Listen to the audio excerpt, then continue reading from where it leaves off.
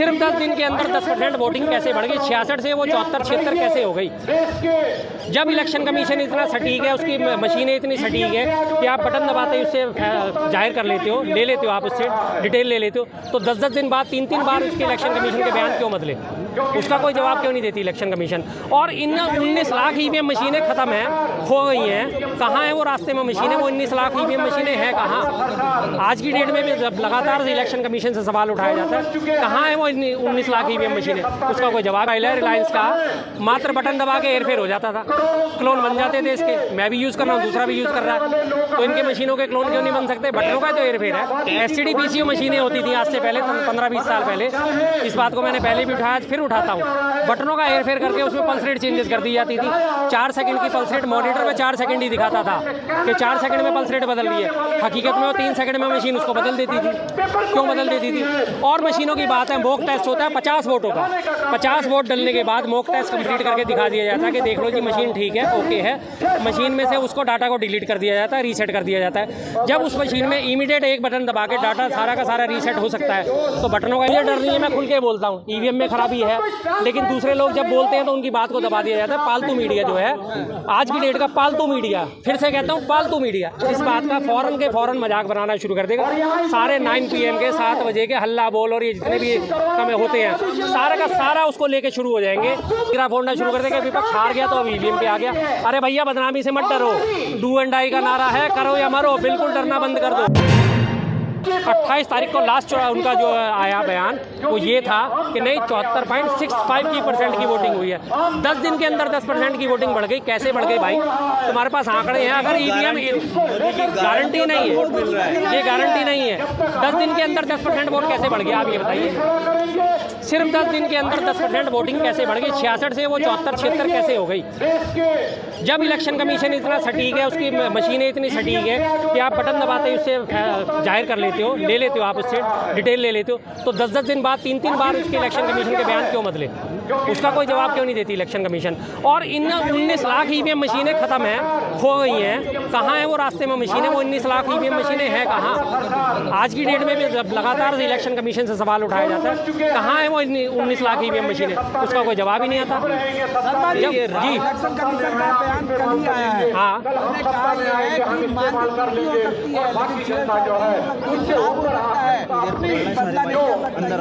मानवीय त्रुटि हो सकती है।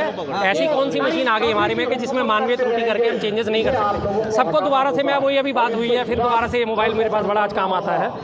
20 साल पहले का मोबाइल है रिलायंस का, मात्र बटन दबा के हेरफेर हो जाता था, क्लोन बन जाते थे इसके, मैं भी यूज़ कर रहा हूँ, दूसरा भी यूज़ कर रहा है, तो इनके मशीनों के क्लोन क्यों नहीं बन सकते। बटनों का तो हेरफेर है। STD PCO मशीनें होती थी आज से पहले 15-20 साल पहले, इस बात को मैंने पहले भी उठाया, फिर उठाता हूँ। बटनों का हेरफेर करके उसमें पल्स रेट चेंजेस कर दी जाती थी। 4 सेकंड की पल्स रेट मॉनिटर में 4 सेकंड ही दिखाता था कि 4 सेकंड में पल्स रेट बदल रही है, हकीकत में वो 3 सेकंड में मशीन उसको बदल देती थी। क्यों बदल देती थी। और मशीनों की बात है, मॉक टेस्ट होता है 50 वोटों का, 50 वोट डलने के बाद मॉक टेस्ट कंप्लीट करके दिखा दिया जाता है कि देख लो जी मशीन ठीक है, ओके है। मशीन में से उसको डाटा को डिलीट कर दिया जाता है, रीसेट कर दिया जाता है। जब उस मशीन में इमीडिएट एक बटन दबा के डाटा सारा का सारा रीसेट हो सकता है, तो बटनों का ही तो हेरफेर है। बटनों का ही सारा हेरफेर है कि पेट्रोल पंप पे आप जाते हो, बटनों का हेरफेर करके आप 10 लीटर पेट्रोल डलवाते हो, आपको 9 लीटर पेट्रोल मिल जाता है।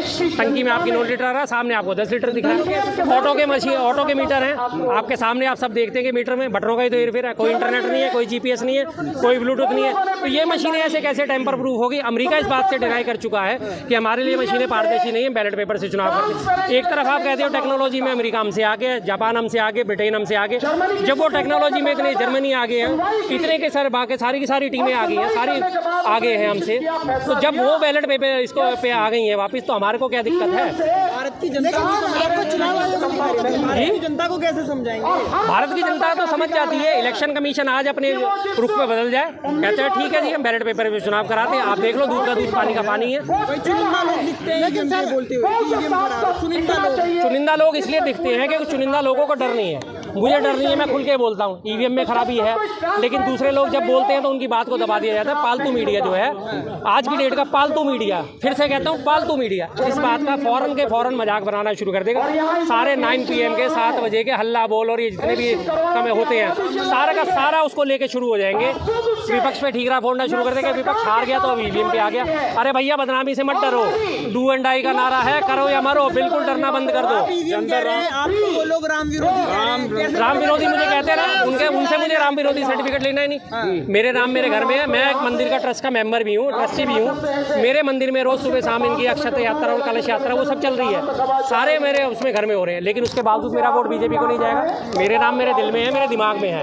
राम की बात आप करें तो मेरे दिल दिमाग से राम नहीं निकाल सकते ये लोग। मोदी जी ने दिया राम गलत चीज। सबसे पहले राजीव गांधी जी ने रामलला को ताला खुलवा के बिठाया था। जानते हैं आप इस चीज को? पूरे देश में राम राम चल रहा है। 22 तारीख पहले भी चलता था, अब भी चलता रहेगा। अब खुल के चल रहा है, मीडिया दिखा रहा है। आपकी पूजा, आप सारे लोग पूजा करके आए हो गए, आए हैं सारे पूजा करके। अगर आप सब हिंदू हो तो सारे पूजा करके आते हो। मुसलमान अपनी सुबह अपनी जो पढ़ के आते हैं, कलमा पढ़ के आते हैं, जो भी करके हर कोई घर से वोट करके निकलता है। लेकिन आप उस चीज़ को हाईलाइट करके दिखा रहे हो सारा देश राममय हो गया। अरे भाई सारा देश राममय हो गया, राममय तो पहले भी था। आज क्या बदलाव आ गया उसमें? राम की पूजा मैं तब भी करता हूँ, राम की पूजा मैं अब भी कर रहा हूँ। मंदिर बना दिया, खुशी है, कोई दिक्कत नहीं। पूरे दिन अखबारों में टीवी में यही चल रहा है। हाँ बिल्कुल चला रहे हो। जनता बोल रही है कि मोदी है तो मुमकिन है। मोदी है तो आने की धमकी दी, हिंदू निकले। बिल्कुल करेक्ट, यही बात है जो आज से थोड़े दिन पहले आपको याद होगा सत्यपाल मलिक जी ने बात उठाई थी। सत्यपाल मलिक जी ने बोला था कि आने वाले चुनाव से पहले ये लगातार इस बात को कंडक्ट कर सकते हैं। हो सकता है राम मंदिर पे हमला करवा दें, हो सकता है किसी बड़े नेता की हत्या का षड्यंत्र रख दें। तो आज वो उनकी बात साबित हो गई ना कि दोनों के दोनों ने जुनैद नाम रख के और वो नाम रख के मुसलमान नाम रख के एक ने ही दूसरे को अपने पास ईमेल करवा ली। और जब उनकी पोल खुली तो वो हिंदू निकले और वो बीजेपी के कार्यकर्ता निकले। अब बुलडोजर नहीं चलेगा उनके ऊपर। बुलडोजर तो अभी वो 3 BHU के जो पदाधिकारी पकड़े गए हैं, जो वो भाजपा IT सेल के पदाधिकारी BHU रेप केस में, उनके घर पे भी नहीं चल रहा। आप कहना चाहते हैं बात हम देख करके राजनीति हो रही है? बिल्कुल हो रही है, बिल्कुल हो रही है। धर्म की राजनीति कर रही है बीजेपी ने। आज से पहले शुरुआत ही धर्म की राजनीति से करी थी। आज से पहले 1980 में बीजेपी की फॉर्मेशन हुई और 1990 में इन्होंने धर्म का सहारा लेना शुरू करा। सबसे पहले सोमनाथ से अयोध्या की जो रथ यात्रा इन्होंने निकाली, धर्म के नाम पे तो निकाली थी। अगर आपको 50 ईवीएम चुनावी लोग दे देता है तो क्या करेंगे? साहब है हमारे पीछे खड़े हुए, भानु प्रताप सिंह जी बोल रहे हैं दीजिए उन्हें 50 ईवीएम, वो करके दिखा दे। वो कह रहे हैं मैं पूरे देश में डेमो करके दिखाऊंगा। डर किस बात का है? दीजिए आप उन्हें, दिक्कत क्या है? आप लोग अरे बुलाया था, वही तो बात आ रही है। जब वो बुलाया था, जब वो जाते तो उन्हें वो डिटेन करके लेके चले जाते। कल ही गिरफ्तार करके लेके गए, बताइए। आपने इतना आंदोलन कर रहे थे, कुछ तो दिखाओ, क्या दिखा? अरे सर दिखाएंगे तो तभी जब आप ईवीएम हाथ में दोगे। हम बोलते बोलते कब तक किस चीज़ को दिखा देंगे? आप ईवीएम दो, 150, 500 ईवीएम निकालो बाजार में। सारे IT सेल के बच्चे हैं, पक्के प्रोग्रामिंग वाले हैं, इमीडिएट आपके सामने सारी चीज़ें हैक करके दिखा देंगे, वो खत्म कर देंगे। पूरा मजबूत इलेक्शन कमीशन को भी मजबूत कर रही है मोदी सरकार। इलेक्शन कमीशन को मजबूत कर रहे हैं। इलेक्शन कमीशन को मजबूत करके लिया क्या अपने फेवर में? आज आपको याद है कि इलेक्शन कमीशन के जितने भी चुनाव आयुक्त हैं उनको सुप्रीम कोर्ट के जज का दर्जा दे दिया गया है। सुप्रीम कोर्ट के जज का दर्जा देने का मतलब है कि आज अगर इलेक्शन कमीशन के ये कमिश्नर जितने भी आयुक्त हैं, मुख्य आयुक्त या सहायक आयुक्त जितने भी हैं, अगर कल को इनके फैसले गलत साबित हुए, कल को इनके हेराफेरी साबित हो जाती है, तो इनके ऊपर मुकदमा नहीं चलाया जा सकता ताजिंदगी। इनको पूरी तरह प्रोटेक्ट कर दिया गया है कि कल को अगर किसी वजह से सरकार भी बदल गई तो ये इलेक्शन कमिश्नर जो है सेफ है। अब जब उनको सेफ कर दिया गया है तो इलेक्शन कमिश्नर नेचुरली अपने इनके फेवर में काम करेगा ही करेगा। चलो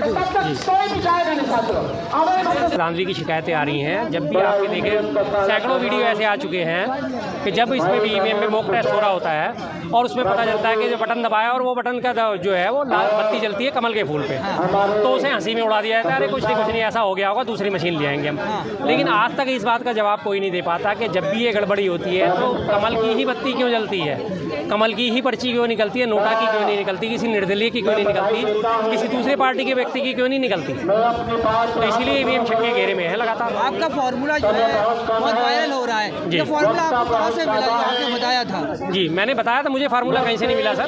मेरी तरह और भी जागरूक लोग हैं, मुझे भी जागरूकता महसूस हुई, मुझे भी लगा कि हाँ ये गड़बड़ हुई है, तो मैंने उसकी थोड़ा सा रिसर्च करा। अगर फॉर्मूला बता दीजिए। फार्मूला सबसे पहली चीज़ तो यह है कि